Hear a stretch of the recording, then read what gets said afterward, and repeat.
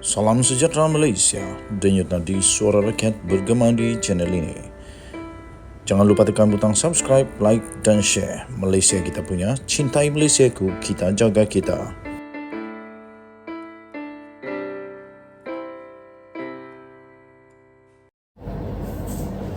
Salam sejahtera Malaysia. Sumbangan politik kepada parti kerajaan dan parti pembangkang tidak sama. Sumbangan politik kepada parti kerajaan dan pembangkang tidak sama. Itulah kenyataan yang pasti dibenci, tidak diterima dan bikin sakit hati Tan Sri Mahidin Mat Yassin. Unsur rasuah apabila parti kerajaan menerima dana atau sumbangan politik tidak sama, seperti apabila dana sedemikian disalurkan kepada parti pembangkang, kata sumber SPRM. Katanya, ini kerana pembangkang tidak berada dalam kedudukan untuk menghulurkan apa-apa kepada penyumbang mereka. Tidak seperti kerajaan, kata pegawai kanan itu, dengan syarat tidak mahu namanya disiarkan. Pada Jumaat yang lalu, Presiden Bersatu Tan Sri Mahidin Mat Yassin didakwa atas tuduhan salah guna kuasa dan pengubahan wang haram membabitkan 232.5 juta yang disalurkan ke akaun partinya. Tan Sri Mahidin Mat Yassin mendakwa dana itu adalah derma politik dan mencabar SPRM supaya juga memburu PKR dan UMNO, parti yang dakwanya juga menerima pembiayaan sedemikian. Diminta mengulas mengenai perkara itu, pegawai kanan SPRM berkenaan berkata, secara umum, sama ada sesebuah parti itu berkuasa atau tidak adalah pertimbangan utama bagi setiap siasatan.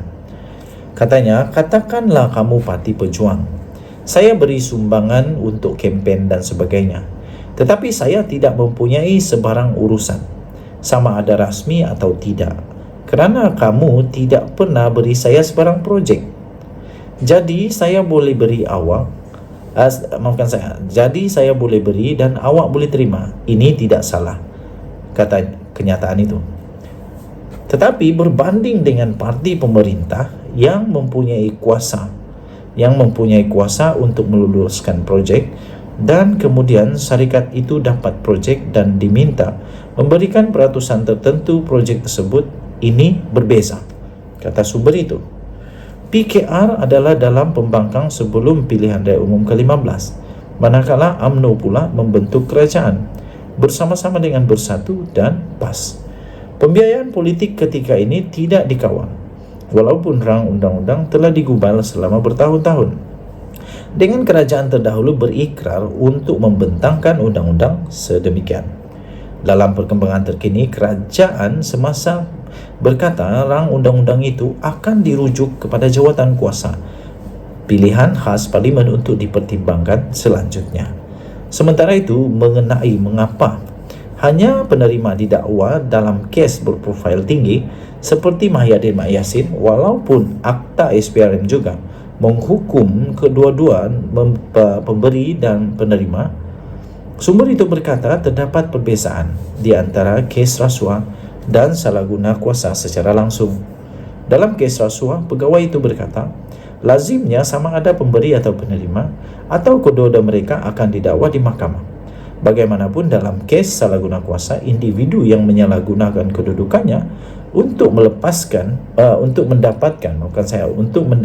suapan akan didakwa di mahkamah. Katanya, baca Seksyen 23 Akta SPRM. Ia mengatakan bahawa apabila seseorang pegawai badan awam menyalahgunakan jawatannya untuk mendapatkan suapan, sama ada untuk faedahnya atau untuk faedah keluarganya atau untuk rakan sekutunya, dia telah melakukan kesalahan. Ada orang sayang. Biasanya orang yang menerima akan didakwa kerana dia menindas pihak lain untuk memberi wang. Sebab itu, orang yang menerima sentiasa menjadi tertuduh utama, kata sumber itu. Sumber itu menambah bahawa pemberi juga sering menjadi saksi pendakwaan dan mendakwa mereka akan menyukarkan penyiasat untuk mendapatkan kerjasama. Katanya, Jadi siapa yang mau bekerja sama dengan SPRM nanti? Soal pegawai kanan itu lagi. Sumber daripada Malaysia Kini diterbitkan semula di sabudin.com.net. Denyut nadi suara rakyat bergema di channel ini. Jangan lupa untuk tekan butang subscribe, like dan share. Bye-bye. Salam sejahtera Malaysia. Baru saja sebentar tadi, sekali lagi, Muhyiddin bakal disaman sekali lagi. Jika beliau tersilap langkah sekali lagi kali ini, beliau sah akan disaman.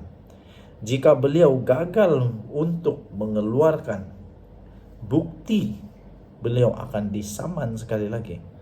Kalau dia kalah di dalam bukti sekali lagi, beliau akan disaman sekali lagi. Ingat sekarang ini Tan Sri Mat Yassin sudah pun didakwa di mahkamah kerana 6 pertuduhan. Pertama, kedua 7 pertuduhan. Dengan nilai wang pertama 230 juta dan kedua 5 juta ringgit. Ui, banyaknya. Dan kalau beliau kalah kedua-dua kes ini, beliau boleh dipenjara sehingga 35 tahun digabungkan bersama. Pertama 20 tahun, yang kedua 15 tahun. Umurnya sekarang 76 tahun. Kalau beliau dipenjara 35 tahun, dia akan keluar dengan umur 100 lebih tahun daripada penjara. Kali ini Muhyiddin perlu kemuka bukti atau disaman. Pengerusi DAP Lim Guan Eng menolak hujah Presiden Bersatu iaitu Tan Sri Muhyiddin Yassin yang telah pun mempersalahkannya terhadap kehilangan status pengecualian cukai Yayasan Al-Bukhari semasa pentadbiran Pakatan Harapan kali pertama. Ini susulan selepas Muhyiddin Yassin mendakwa memandangkan lembaga hasil dalam negeri LHDN berada di bawah bidang kuasa Kementerian Kewangan.